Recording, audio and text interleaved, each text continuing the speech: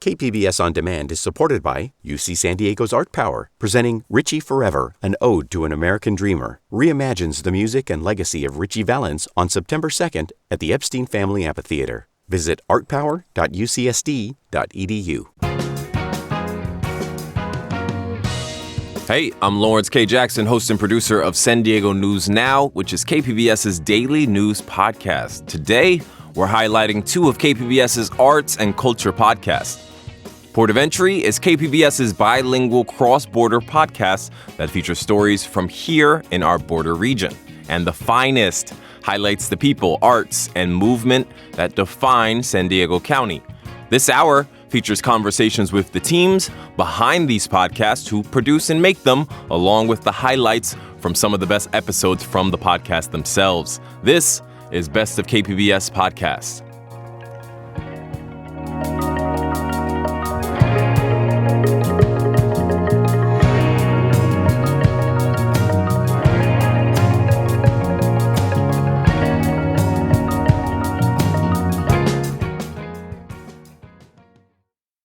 Hello, this is Dr. Michael Lalich, Medical Director and Chief of Staff for Kaiser Permanente San Diego. For more than 50 years, San Diegans have entrusted their health care to us. Our care and coverage connect to provide medical care tailored to each member. With our integrated network of primary and specialty care, we work together using evidence-based medicine to help deliver positive results. We believe in a healthy and engaged life with good beginnings and dignified endings. We believe that life, liberty, and the pursuit of happiness requires total health, including equal access to high-quality, affordable health care. At Kaiser Permanente, our cause is health. Our passion is service. We work to help make lives better. To learn more, visit kp.org/San Diego. Hey, I'm Lawrence K. Jackson, and this is Best of KPBS Podcast. Port of Entry tells cross-border stories about arts, culture, immigration, identity, and belonging. The show is hosted by Alan Lilienthal and Natalie Gonzalez-Rodriguez. It's sound designed by Adrian Villalobos and produced by Julio Ortiz-Franco, who joins me right now. What's up, man? How are you? Good to be here. Good, man. I'm so happy to have you. Port of Entry is I think it's such a central, important podcast to our region. Obviously, we're a bi-national podcast and region covering both San Diego and Tijuana. What about it and what about this border region made you decide that you really had to tell these stories, Julio? Well, just by its very nature, I mean, it's a sense of place. Mm-hmm. It gives San Diego a perspective beyond its sort of geographical boundaries, specifically to the south. Mm-hmm. That's one. Two is that there's every day people just cross the border. And to the numbers, I guess, hundreds of thousands of people, I think, the last statistic I checked. And I grew up being one of those people that crossed the border for school, for work. Still do. I split my time between Tijuana and San Diego. So, yeah, it's just the podcast theme hits very close to home. It's basically the whole team is composed of people of border crossers. And so, it's talking about ourselves, the culture that we grew up in, what makes us basically tick, how basically when something happens in Washington, what does the fallout look like down here? And so, so that's basically what draws us to tell these sorts of stories. Absolutely. And, from your point of view, it's such a unique and important point of view. It's important to listen and kind of get really the personal intel as far as how life shapes for you. We talked about, I know we're a local news entity, but I think, it's so important that we do acknowledge the very obvious border that's right there. And like you said, the hundreds of thousands of people that are commuting. What about us being a border region do you think shaped San Diego as a region? I feel like it's such a unique culture because it's so many shared persons. But maybe could you talk just a little bit about growing up here and kind of having the benefit, but also I'm sure and sometimes the struggle of being between both worlds?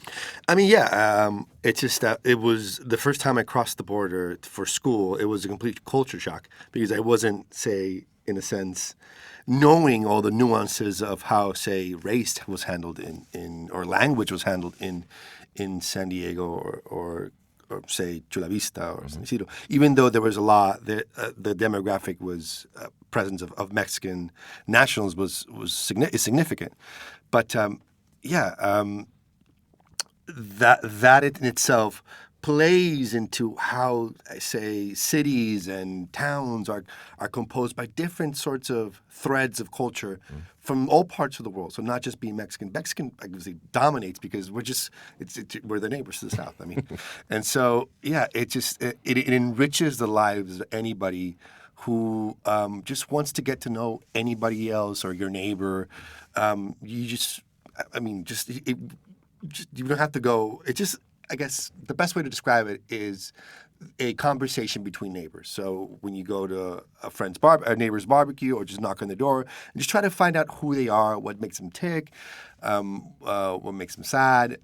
So that sort of curiosity drives the podcast and the questions that we ask, and specifically, how does this? And when we try to come up with an episode, is how does this story in this way makes people crosses the border, or makes the people cross the border, or say the aspirations of the solutions that they want to bring forth crosses the border, and how does it impact both sides? Absolutely.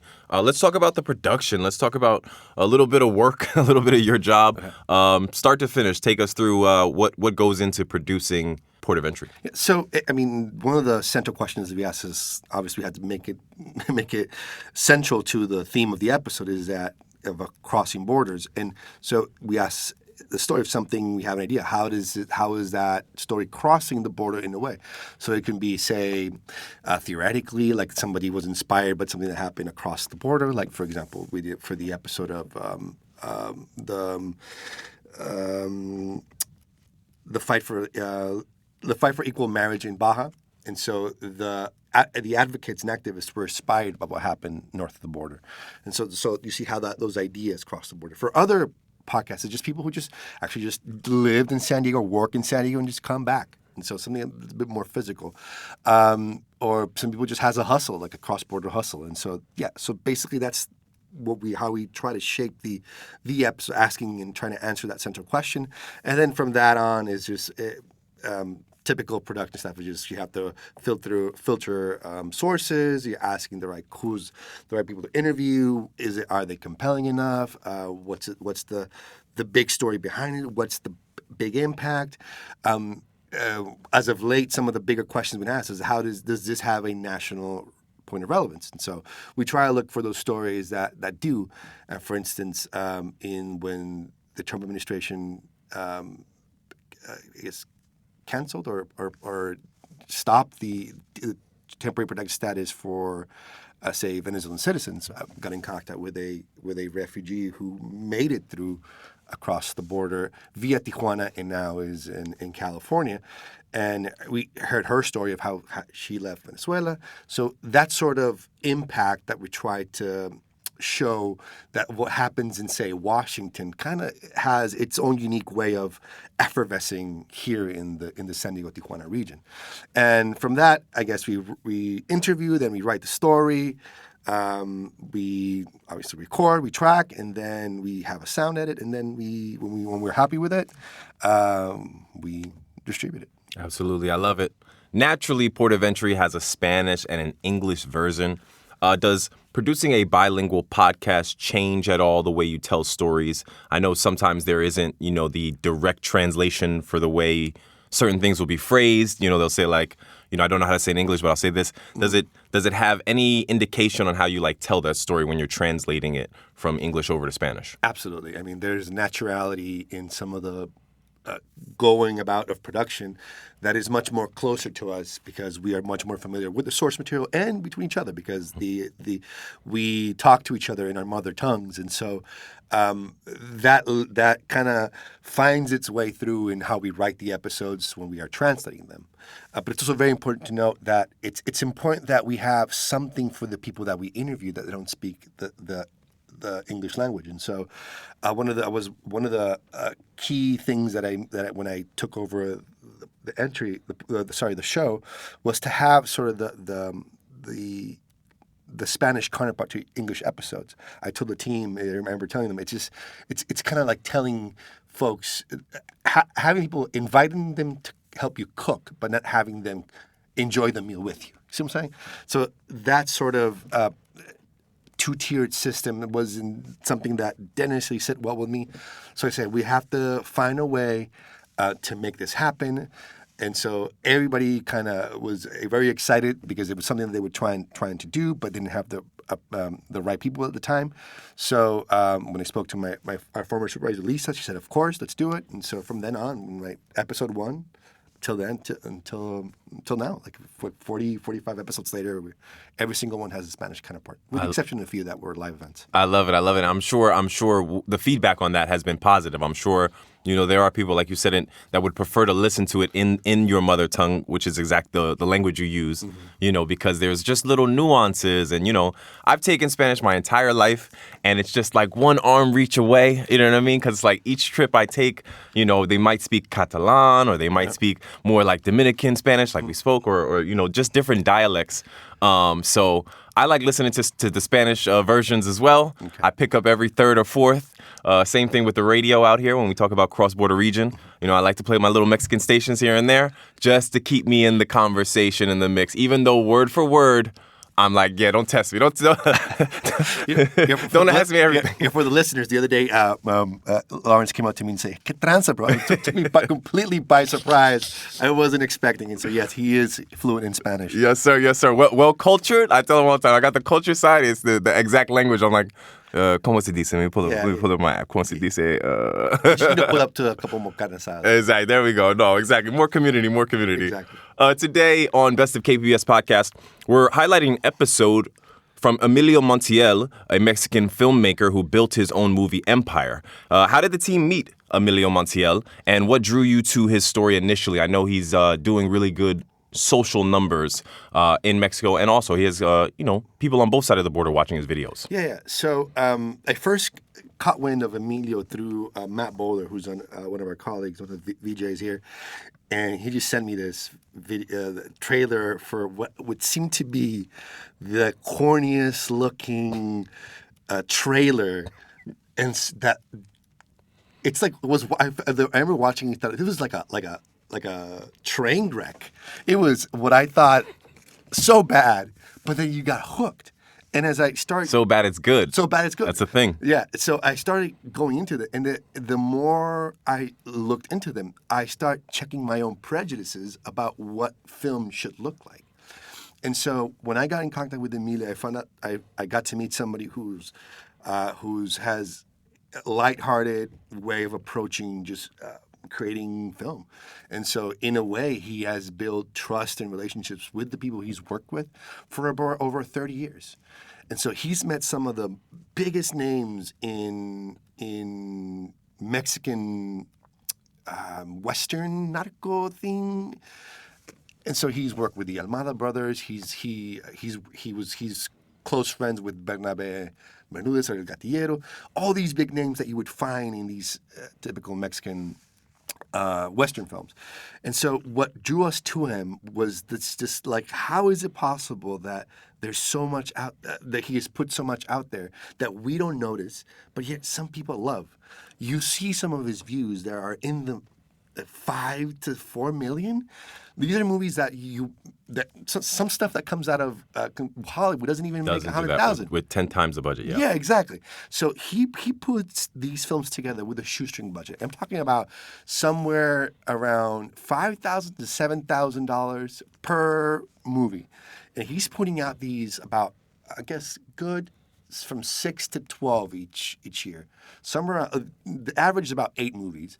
But yeah, it's just he just sprints like the first 2 to 3 months, takes a break, and then sprints again, and then he produces 3 to 4 movies like every quarter. And so it's amazing that he's able to inspire so much. There's a lot of people in Tijuana who've actually interned for him. So there's more to his story than just meets the eye. And so that's what we found really, really interesting, specifically for the team who we have our prejudices and our snobby attitude when it comes to film. So we asked ourselves, does it need to come from Hollywood to make itself valuable?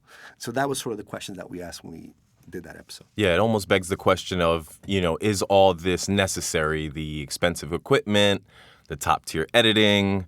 Like I said, he really serves as like a hub and almost like a conduit to the Mexican film industry, and kind of like that content creation vibe of like, if you're creative and we have a role that works for you, it can go. So I think it's super talented, and like you said, it's one of those things like you got to check out and see, and which we will right now. So we're going to toss to that episode from Mexican filmmaker Emilio Montiel. Growing up in a Mexican household, Sundays often meant Cantinflas reruns or other classics from Mexico's golden age of cinema. But the films that really had our tios glued to the screen, The B-grade Mexican westerns. ¡Policía Federal, deténgase! like the scene that you just heard, two bad guys trying to drive a load of narcotics through a police checkpoint.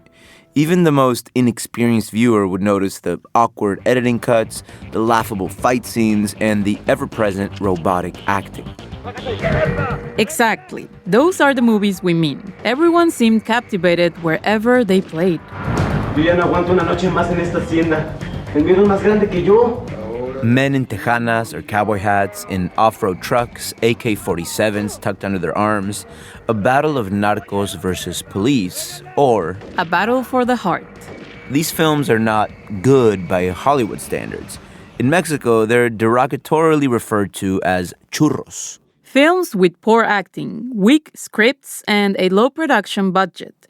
And growing up with these films, that's all we thought they were, just bad movies. Then, we met someone who completely changed how we saw them.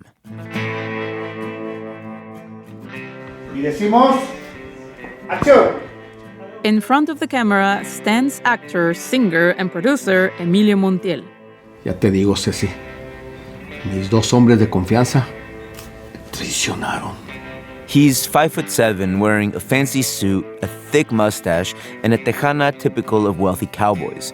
At a glance, he could pass for late Mexican singer Vicente Fernandez. Emilio has produced hundreds of these type of movies, and we are on the set of his latest film, La Herencia. Spanish for the inheritance. Today, he's playing a wealthy landowner. He's standing in the living room of an old but luxurious house, surrounded by his 3 adult children. They are confronting him one by one about being cut off from their inheritance. Tú nos engañaste. Viejo loco, te veo peor que antes. Déjalo, ya lo costarán los remordimientos. Behind the camera is a ragtag crew of 3 juggling multiple roles. The director doubles as the main cameraman, the assistant director as the lighting gaffer, and the sound operator will also edit the film. Despite being a small crew, they are remarkably effective, coordinating and executing each scene seamlessly as they progress through the day's shoot. Señor Villarreal, con permiso. Señorita. ¿Cómo sabe?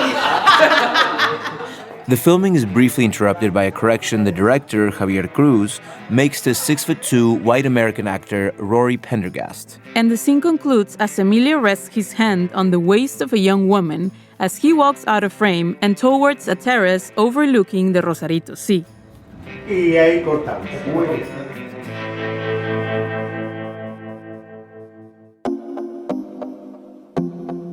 Emilio plans to produce 4 movies over the next 2 to 3 months. Each will take about 2 weeks to shoot, with total production costs around $40,000. This particular movie will be ready to be screened by May. But not on the big screen. This movie is going directly to YouTube. Emilio's movies don't have the reach to make it to theaters. They are created on a shoestring budget, usually with an inexperienced cast looking to break into the acting world. And that shows. The acting leaves a lot to be desired. But Emilio is fully aware of this, and so is his audience. 100 million of them. Every time one of his movies is uploaded to YouTube, commenters rush to show how much they love Emilio's films. Each film attracts 250,000 to 500,000 views, with some reaching an impressive 5 to 10 million. So, if so many people love these films, are they really that bad? From KPBS, this is Port of Entry. Where we tell cross-border stories that connect us. I'm Alan Lilienthal. And I'm Natalie Gonzalez.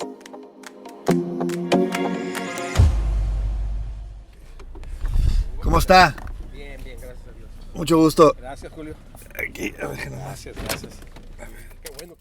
A week prior to being on set, our producer Julio first met Emilio at his headquarters, a small house in the Santa Fe neighborhood, a working-class area on the outskirts of Tijuana between the city and Rosarito. Y como pagaba siempre hotel, entonces, ¿por qué no me lo llevo a Rosarito? Y más privado, y aquí pues tengo todo mi archivero, tengo mi computadora aquí. He explains that the house doubles as an office, storage for his equipment and films, and sometimes lodging for his cast and crew. ¿Ese es usted cantando? Sí, no soy yo. Once inside, one of Emilio's movies is playing on a wall-mounted TV.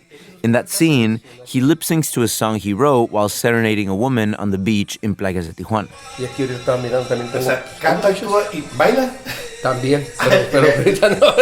Sí, pero ahorita casi puro nomás actuar. Emilio sings, he acts, and he even used to dance. At first glance, you might not expect such a diverse talent from a man of his appearance. But just like his films, there's much more to him than meets the eye.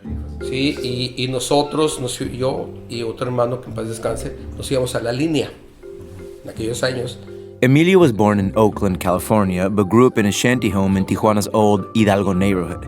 He was one of 8 children.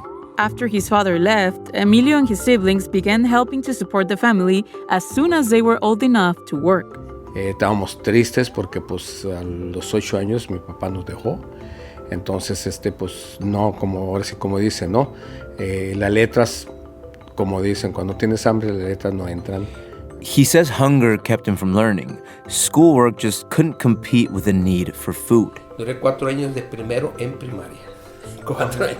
A los 16 salí de sexto y era el hombre más feliz. ¡Ay, yo soy junior! De sexto de primaria. He repeated first grade 4 times and didn't finish 6th grade until he was 16. Adiós. Y nos íbamos a la línea pues a vender chicles, periódico y ayudarle a la gente a sacar el mandado, echarle el mandado. To help his family, he sold gum and newspapers at the border and bagged groceries in San Isidro, where he recalls being fired 19 times for eating the merchandise. Vamos a decir, de 12, 15 años. Me corrieron 19 veces. 19 veces me corrieron. He gave school a last shot in his 20s, enrolling in adult school in San Diego to pick up English, a skill that eludes him to this day. But the teacher caught him flirting with girls instead of focusing, and he was promptly kicked out. Usted no viene a estudiar, usted no viene a andar aquí de ahora sí como dicen, ¿no? De caliente, aquí andar molestando a las muchachas, ¿no? ¿Qué pasó? That was the extent of his academic development. By his own admission, everything he learned in life, he learned outside the classroom. Ya tenía 23 años, yo creo 22, 23 años. Y todo lo que he aprendido, pues lo aprendí en la calle. School just wasn't his thing. Perhaps he was just a fish in the wrong pond. Once again, this is Best of KPBS Podcasts. Today we're featuring excerpts and clips. We're here with a producer who puts together the Port of Entry podcast. We just heard an episode from Mexican filmmaker Emilio Montiel in the Baja California film scene.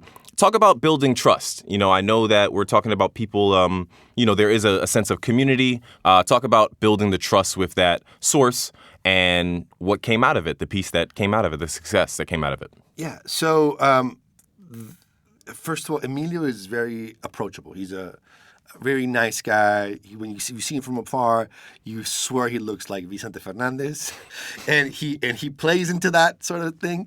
So he's approachable, he's nice, he's charismatic, but just showing up and just being there behind this thing, just chatting here and there, just whenever they got your break, that helps develop that trust. And he's also looking for more exposure, obviously, and so he's a willing source, and so that kind of plays well into what we're trying to achieve. And just showing up every day and just chatting, talking, and so to the point that he invites us to be actors in or have cameos in his movies. And so if you heard the episode, you can hear. If you listen to the episode "Real Rebel," you have Emilio invites us to cameo. And so I am a news reporter and you can see my face there. And also Alan, for another movie, was a grumpy lawyer.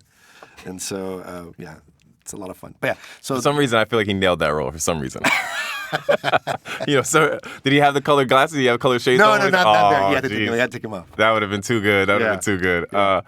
And you kind of almost don't give yourself credit there when you say he was a willing subject and he was an open subject. And of course, I think to some extent people are always looking for good press.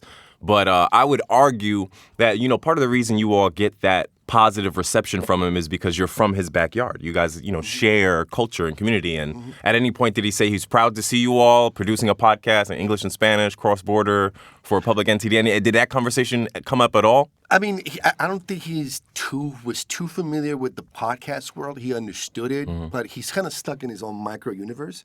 But he's happy just to make friends and meet new people, and just to kind of flock his feathers a bit to new people, as I say, because you see what it takes to put his movies together on set, and so he's a fish in his own water, and so if you're with him, he's happy to receive you and everything.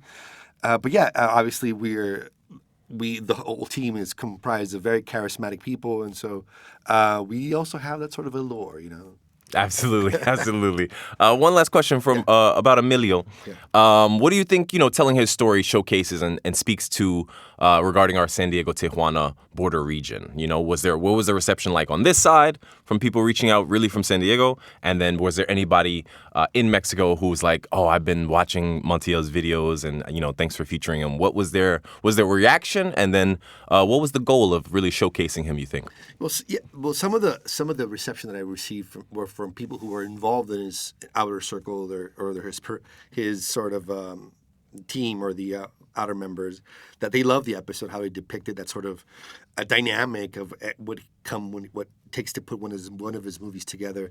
So they were really happy that we were able to portray that sort of things that kind of get looked over. And so, the reception was really well. He liked the episode, and so that's all we worry about. You like the episode, I'm happy about it. All right, we don't do gotcha journalism at KPBS or at Port of Entry. So we just try to tell these in-depth stories about what makes them human, how we can relate to them, and so I kind of laid that bare. The sort of obstacles he faced when he was starting his career as a filmmaker, and so that to make it more personable. And I think we did a good job with that. You did a great job with that, as your entire team does. Once again, I've been speaking with Julio Ortiz Franco, who is one of the key members behind Port of Entry podcast. This is Best of KPBS Podcast. Julio, thank you so much for your time, man. Thank you, Lawrence. That was the Port of Entry's podcast episode about filmmaker Emilio Montiel. You can listen to this episode and many others from Port of Entry wherever you get your podcast. We'll be back after the break to showcase our next featured podcast, The Finest. Please don't go anywhere. Here in Southern California, we know all too well the devastation wildfires can cause. That's why our mission is to stop the next one before it starts. I'm Brian D'Agostino, leader of SDG&E's Wildfire and Climate Science team, and we've built one of the most advanced wildfire prevention programs in the country with a team of world-class meteorologists using artificial intelligence and real-time weather data, all to help keep our communities safe. We're also building a stronger grid and using public safety power shutoff when necessary because, believe me, I've seen firsthand how unpredictable wildfires can be. But here at SDG&E, we face that uncertainty head-on to help keep you safe. Learn more at sdge.com/wildfiresafety. I'm Lawrence K. Jackson, and this is Best of KPBS Podcasts. The Finest explores the San Diego region's arts and culture scene through conversations with artists, performers, filmmakers, writers, and creative leaders who are shaping the region's cultural identity. The show is produced by Anthony Wallace, audio engineered by Ben Redlosk, and hosted by Julia Dixon Evans, who joins me now. Hi, Julia. Hey, Lawrence. Thanks for having me. What's going on? No, thank you for being here. The Finest is relatively new, and I think the key word there is like relatively. It's like medium new, It's got enough growth under it. It's like a toddler. Exactly. Podcast years, dog years. It knows those first words, What was the initial inspiration for the podcast? I mean, we really just wanted to go deeper, right, in arts and culture. Like, on the one hand, this is such a vibrant arts town. Like there's so much going on. And it often feels like me, at least in my work, like I'm just only scratching the surface. Like here's a quick list of what's happening right now, of upcoming events. But I think like what's really interesting is the way that local creatives like show up time and time again and are just like making work in the background, and not just like artists and musicians, people on the front lines of culture, like food, businesses, history, like people who are building community. I think there's like a lot of really interesting things going on there. And of course, also, yes, art and music. Yes. And I've been working in arts journalism for like a pretty good length of time in San Diego. And I really love everything that's out there. And like sometimes it can be hard to swallow, like something that's a little more experimental. But I also feel like everything is and can be so much more accessible and relatable when you know the stories behind the art, right? Like you know what inspires the artist. And I would like to think that this podcast is a way to share that. Like I find myself feeling really lucky all the time that I get to sit down with creative people and just like ask them sometimes pretty dumb questions and sometimes like the big questions, like what their art means or what music their parents listened to when they were kids or like why they opened that cafe. And I think the podcast is also a way of turning that around so everybody who's listening can get to know these people so deeply as well.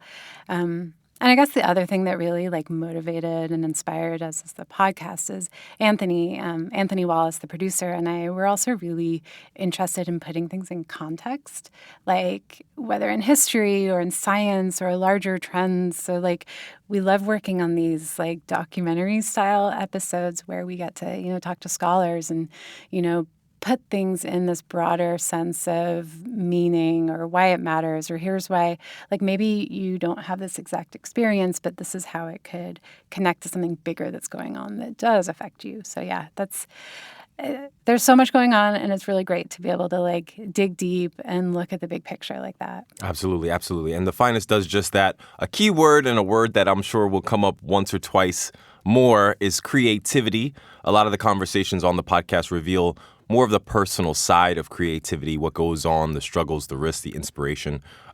Let's talk about who is featured on The Finest. If we can name drop a little, who we have featured on the Finest podcast, Julia. Yeah, I mean, we have had so many people on the episodes throughout the year and a half, and like a couple of examples come to mind. Like one is surrealist painter who's local, Mary June.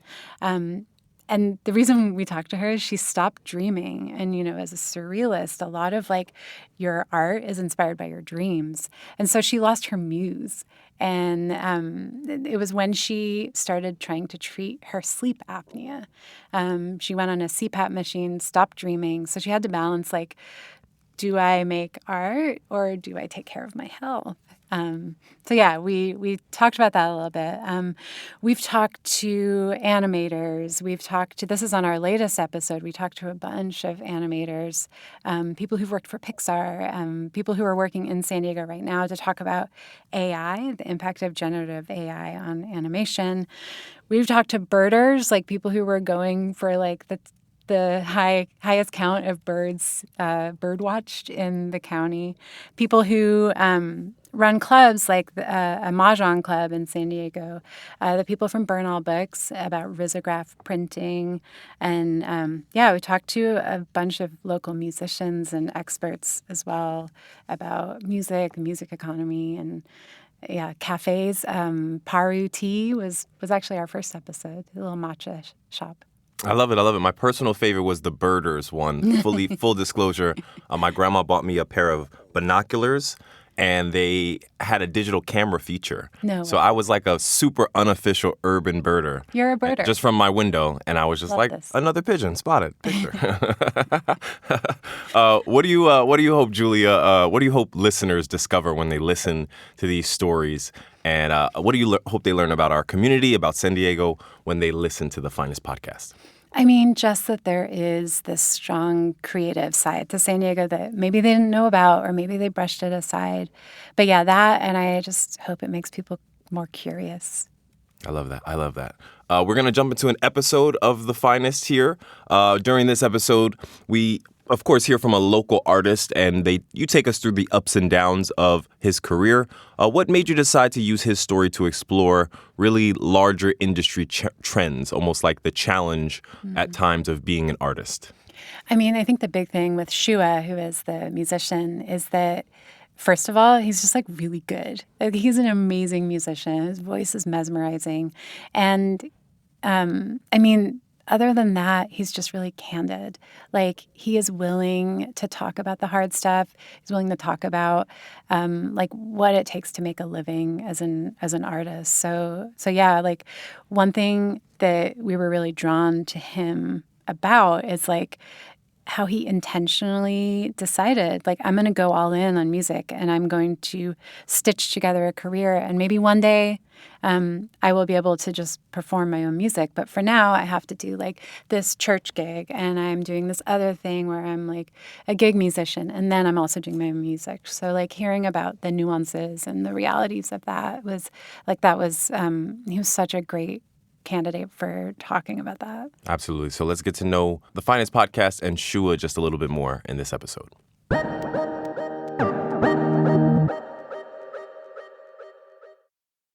Cool. Am I good to go? Yeah, you're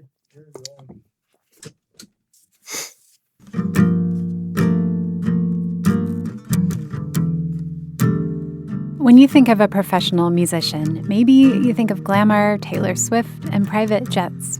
But the reality for most musicians is very far from that. There are points at which I had no gas, no food, and I was like, well, I'm stuck here. So I'm going to have to take my instrument and go to a corner and just start playing. Meet Southeast San Diego artist Shua, who first came on my radar through last year's NPR Tiny Desk contest. His voice is stunning.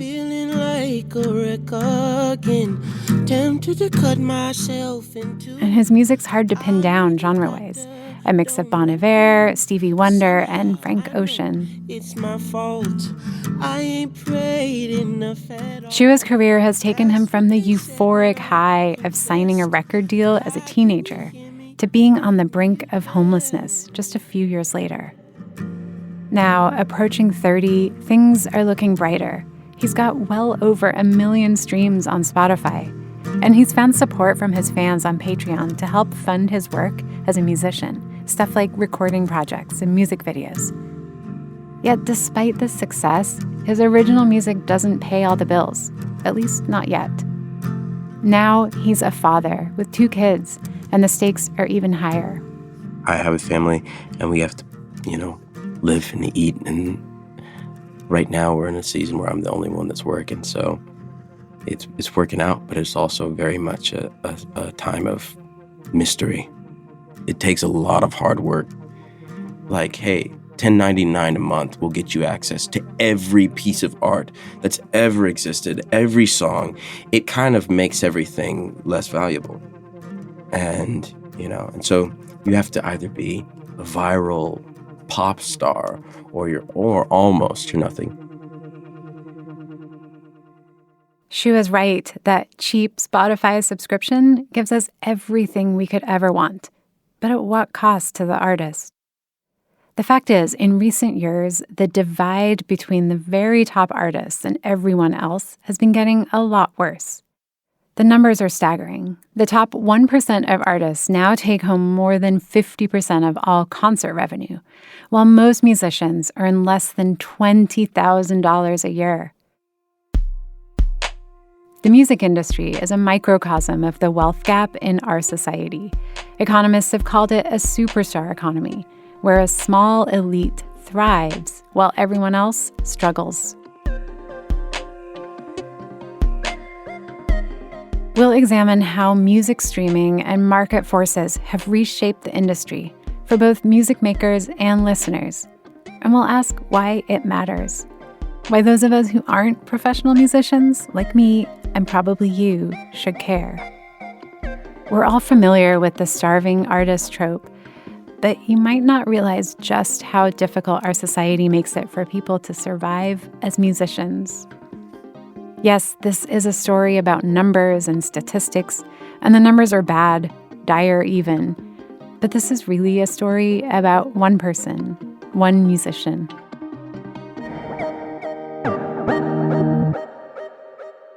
Okay, I'm going to start with a big question, and that is, why is it essential for you to make music, to be a musician? Oh, that is a big question. There's never been a point in history where humans have not made art.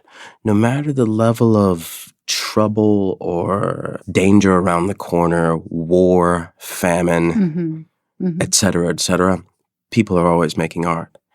So I think it's essential because it's reminding me that I'm human personally. I'm like, okay, I'm human. I am here. I matter. My story matters. My background matters. My culture matters. Maybe my faith matters. Like all these things, you know. Mm-hmm. When you were growing up, what was music like for you? Well, I grew up in a very religious household, so, you know, it was a lot of gospel music. It wasn't kind of like there's a whole thing now that's like the sort of evangelical music that kind of copies U2.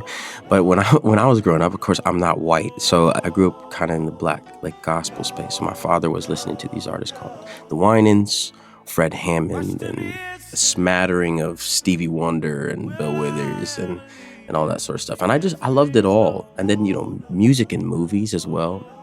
Disney movies, stuff like that. Mm-hmm. That makes me think about one of your songs. It's called Plaza Cuernavaca. Yeah. When I was little, I was terrified of the dark. And so, you know, we had our little nightlight, but for some reason the nightlight wasn't enough. So we had 3 different tapes that I would switch between. One was a gospel CD that I loved listening to, and another was Jungle Book, and the other one was Beethoven. I begged them let me fall asleep to Jungle Book. The melodies, the harmonies, they had me shook. I don't know how I'd go between the 3, and so for years of my life, I would fall asleep listening to those 3 things. And so I was like, I just want to write a song about my kind of love affair with music and where it began and where it's tortured me in other ways.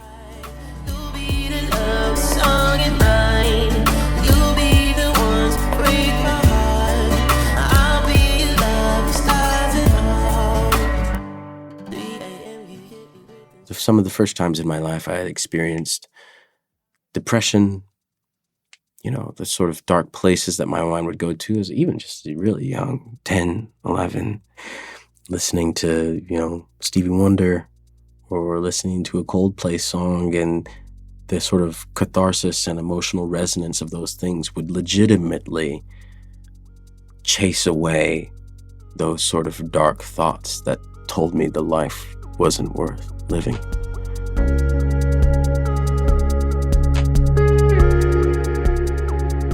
And I guess I'd just keep on going because I'd like more people to say, like, hey, the work that you're doing has really helped me. I try to imagine that it's a healthy balance of people just like the music and it's just, oh yeah, this is just nice to listen to.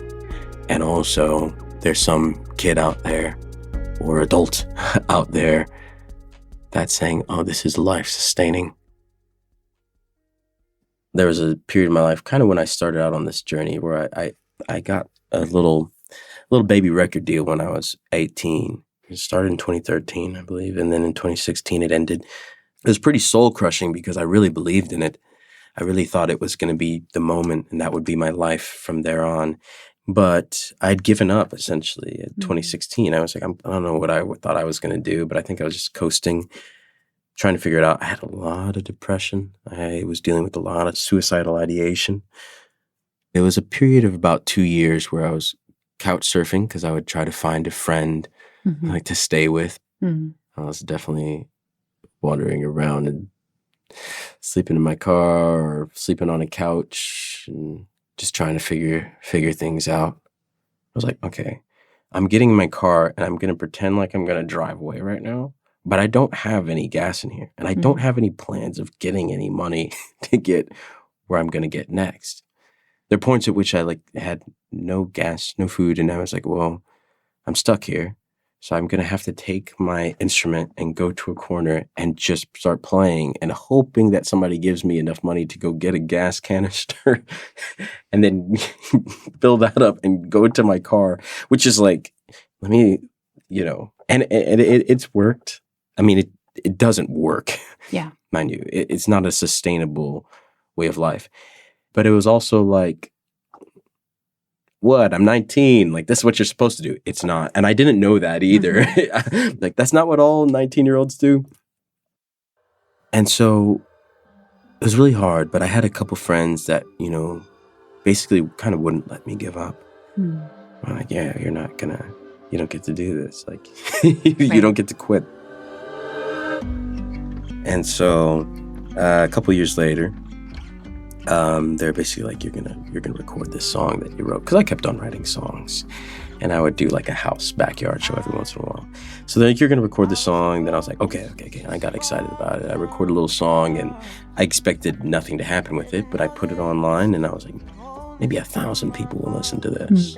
That would be awesome.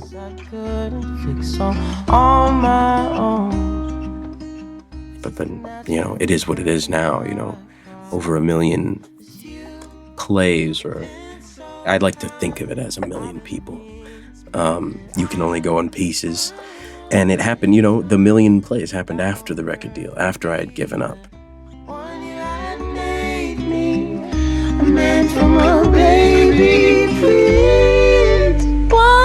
No one tell me you can only go in pieces.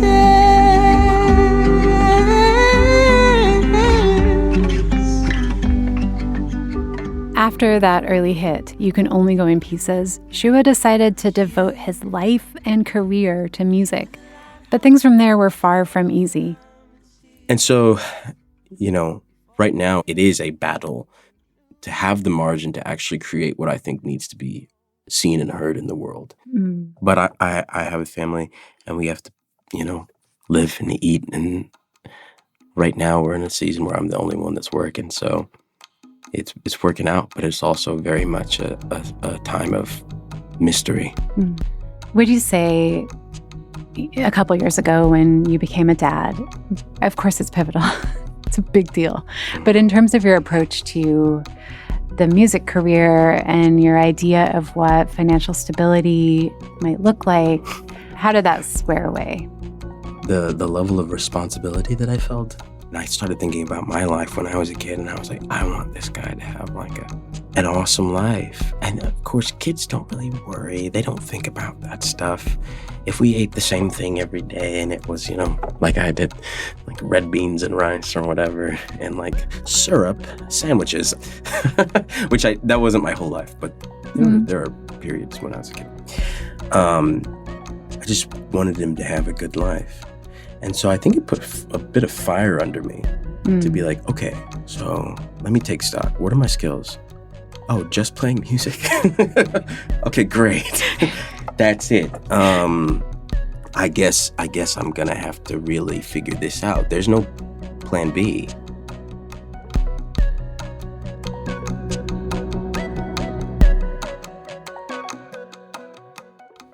Once again, I'm here with Julia Dixon Evans. This is Best of KPBS Podcasts. Julia, thank you for joining me. What kind of research went into explaining the realities of the music industry? This is another episode. I love the corners that you all hit. We're getting a little art if you're interested. You're getting a little music industry. We can always talk about the really struggle of the creative, right? Which is kind of an overarching umbrella too. But we're going to talk about the music industry. Talk to me about the research that went into this episode. Yeah, I mean, we joke all the time that we're like a math show because we have so many numbers all the time, like we're figuring out percentages or like industry trends and stuff. And this episode with Shua was part of like a it was like a 2-part series kind of about musicians and the reality of the music economy. So with another episode with Juliana Zaccaria, we really went deep on Spotify and streaming. And with Shua, we were looking more at like the overall like idea of being what's called a cultural worker. And so for that, we talked to the scholar. He's based at the University of Leeds in the UK about, he studies media, music, and culture. And he has a lot to say. He's written a lot about cultural workers and the way that people in, general society treat them, or like what expectations they have for them, and how like that's evolved throughout history. Like you think about the way that people made a living as creative people in the olden days too. And so that was really great. Like we read his work, Anthony and I read his work and talked to him about what it is that shapes the music economy. And reflecting on why we just kind of want it for free. Like we want to experience music for free. We want to like have access to art. But also we want our musicians to be well taken care of. We want them to be able to keep making art. But this like glorified idea of the starving artist is there, like it's real. And maybe that gives us a little bit of permission to, think differently about the economics of it. So we did so much research on the trends and the numbers, where music sales have transformed over the years as well, like the evolution into streaming culture, and ultimately the impact on the workers, on the musicians themselves. Absolutely. I like that point a lot, Julia. My question really formally for you after that was going to be what stayed with you, even though, as you speak, you kind of get into what stayed with you. But yes, I think the comment you made about, why do we expect art or music or things that come from a creative place instead of a, get this done in 16 hours or else. Why do we expect things like that to be free? I think that could be an episode in itself. I think that could be a yearly segment. Let's check back in on the numbers, since people aren't happy sometimes with the murals and the pop-ups. And it's like, well, did you donate? Did you give money to your local artist? Did you go to a pop-up show? Did you, support a struggling artist? Or, were you just kind of looking for all these creative, beautiful things that cost money in a real world that we live in.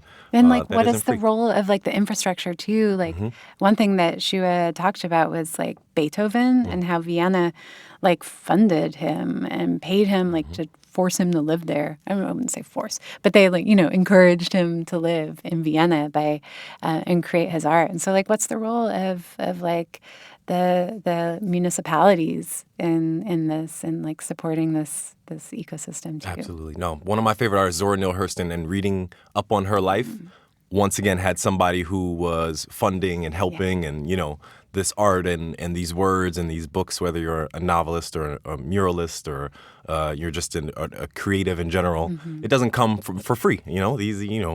We've all been to the Creative Michaels stores and look for the tools, and you put it in your cart and you got $100, and you were really just I was trying to just paint a window, So I couldn't imagine trying to do an entire album or mural, So thank you. That caused us to think. Once again, this was Julia Dixon Evans here with us on Best of KPBS Podcast. Thank you so much for your time, Julia. Thank you, Lawrence. You just heard an episode from The Finest podcast featuring local musician Shua. You can listen to this episode and many more from The Finest wherever you get your podcast. Thanks for joining us. This is Best of KPBS Podcast. You've been listening to Best of KPBS Podcast. Each episode brings you extended clips from some of KPBS's most compelling podcasts, along with conversations that take you behind the scenes of the journalism and storytelling that make these programs possible. Best of KPBS Podcast is a production of the KPBS Audio Department. This episode of Best of KPBS Podcast was written and produced by Adrian Villalobos. The executive producer and editor is Lisa Jane Morissette, the director of audio programming and operations, with additional editorial support coming from senior producer Brooke Ruth. Music was composed by Ben Rudlosk, and today's guest, Port of Entry producer Julio Ortiz Franco, and Julia Dixon Evans, the host of The Finest. And I'm Lawrence K. Jackson. Thanks for listening.